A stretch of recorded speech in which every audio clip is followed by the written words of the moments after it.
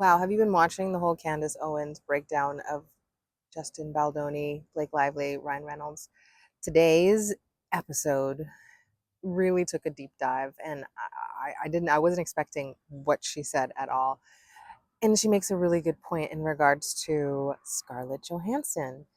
So Ryan Reynolds and Scarlett Johansson, I guess, were married for like 2 years, and Scarlett Johansson, I haven't always heard the best things about her, but one of the points that Candace made was that Scarlett is much more intelligent, classy, and she's reportedly kind, versus Blake Lively being superficial, narcissistic, unkind, shallow, demanding, petty, and simple.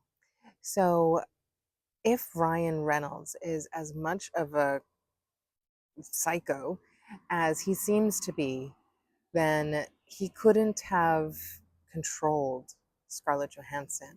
Like maybe he wanted to, and she got away.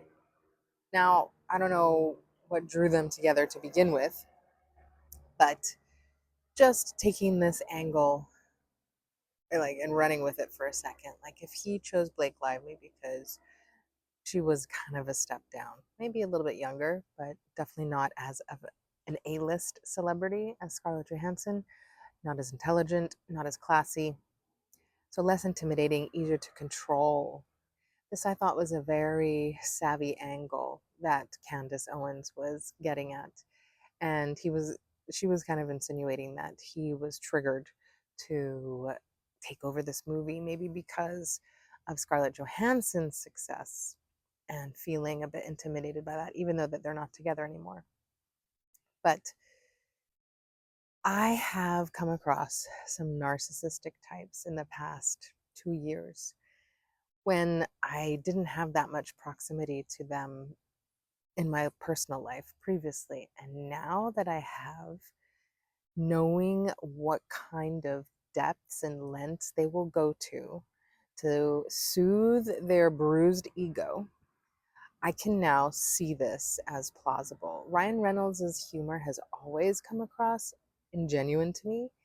I don't like his slapstick type of sarcastic humor.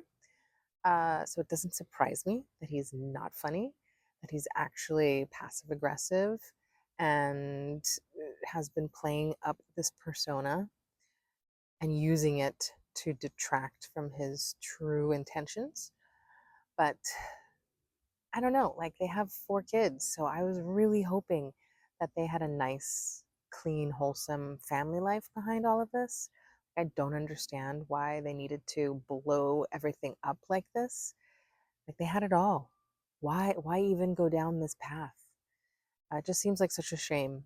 But now, as everything is going to come up and reveal itself, they've really ruined their chances of being invited onto movie sets, into people's lives, like just out of our affinity, basically. Like they just should have just left well enough alone.